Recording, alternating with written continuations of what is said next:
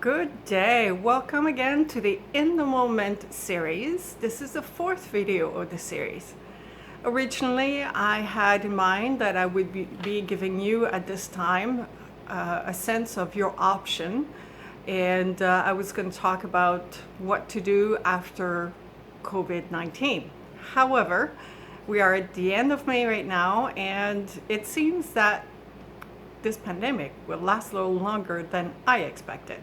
So I've decided to switch a little bit things, and I did an analysis of the real estate market across Canada.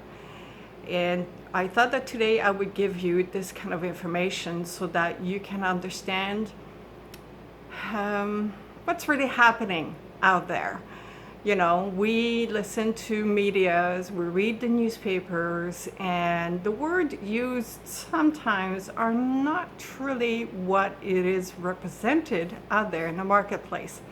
And that's what I want to debunk today. So I looked at the major urban center across Canada and went to their real estate board to find out the number of listings in April, this year's numbers compared to last year's numbers. And then after that, I kind of looked at whether or not the prices had increased or decreased year over year. So that's what I looked at.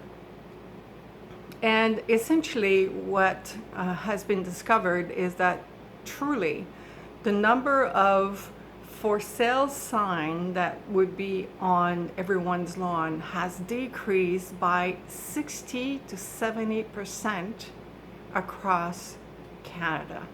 So it's a fair amount of number of homes that we expected to be on the market, but they're not. So that may create a little bit of an issue, but I'll unveil that in a few moments.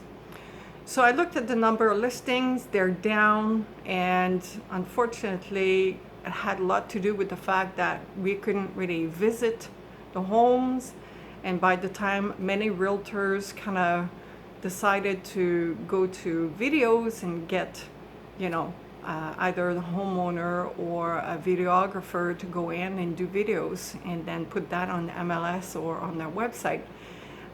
It took a few weeks, and I think that that's a very, very, very quick turn around in looking back.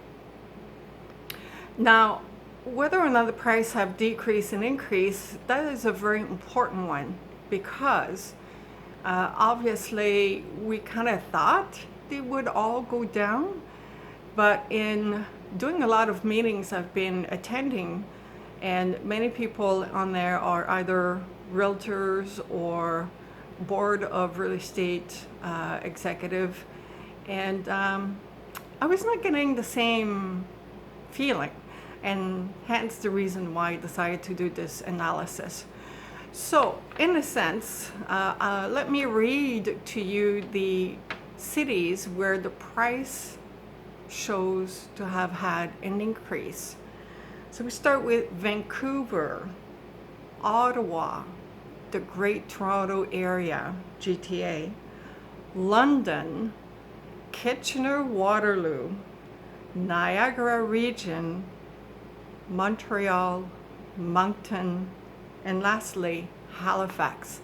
So all of these cities and places, areas, have shown price increase from last year. Now let me read through the town that shows a price decrease. It includes Calgary, Edmonton, Winnipeg, Quebec City, and St. John's, Newfoundland. The decrease are not phenomenal, they're not major, but there are still decrease. Unfortunately, Alberta have had many years of the real estate downward market. Had a lot to do with the oil, and now the oil is even more affected. So it's a area that's hurting quite a bit. But the rest of Canada overall seems to be pretty healthy. Now, I mentioned earlier that there's not that many listings out there. And what it creates is the fact that we're now into a seller's market once again. I've had some first-time home buyer looking at purchasing in Bancroft, Ontario. This is just like north of Peterborough and south of Algonquin Park. And they've been encountering price bidding. So it's crazy. It's a small town. It's not big. It's not a major urban area. It's not somewhere that you think a lot of people would move to.